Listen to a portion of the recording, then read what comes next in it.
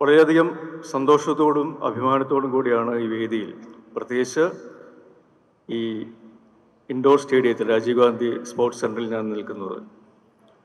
നേരത്തെ ഹൈബി സൂചിപ്പിച്ച പോലെ എൻ്റെ ജീവിതത്തിൻ്റെ അല്ലെങ്കിൽ ദൈനംദിന ജീവിതത്തിലെ ഊർജം തുടങ്ങുന്നത് ഈ സ്റ്റേഡിയത്തിൽ നിന്നാണ്.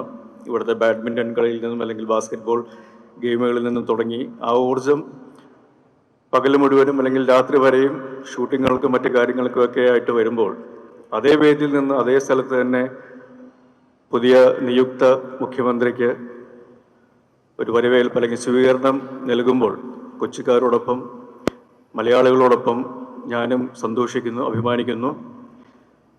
പാർട്ടിക്കതീതമായി, വിശ്വാസങ്ങൾക്കതീതമായി, പ്രത്യയശാസ്ത്രങ്ങൾക്കതീതമായി, ജാതിമത ഭേദമന്യേ ജനങ്ങൾക്ക് വേണ്ടിയിട്ടുള്ള ഒരു ഭരണം തന്നെ ആവട്ടെ നമ്മുടെ പുതിയ സർക്കാർ നൽകുന്നത്. അത് എല്ലാ രീതിയിലും നാട്ടുകാർക്കും നാടിനും പുതിയ പ്രതീക്ഷകളും പുതിയ ഉണർവും നൽകുന്നൊരു ഭരണം തന്നെ ആവട്ടെ എന്ന് ആശംസിക്കുന്നു.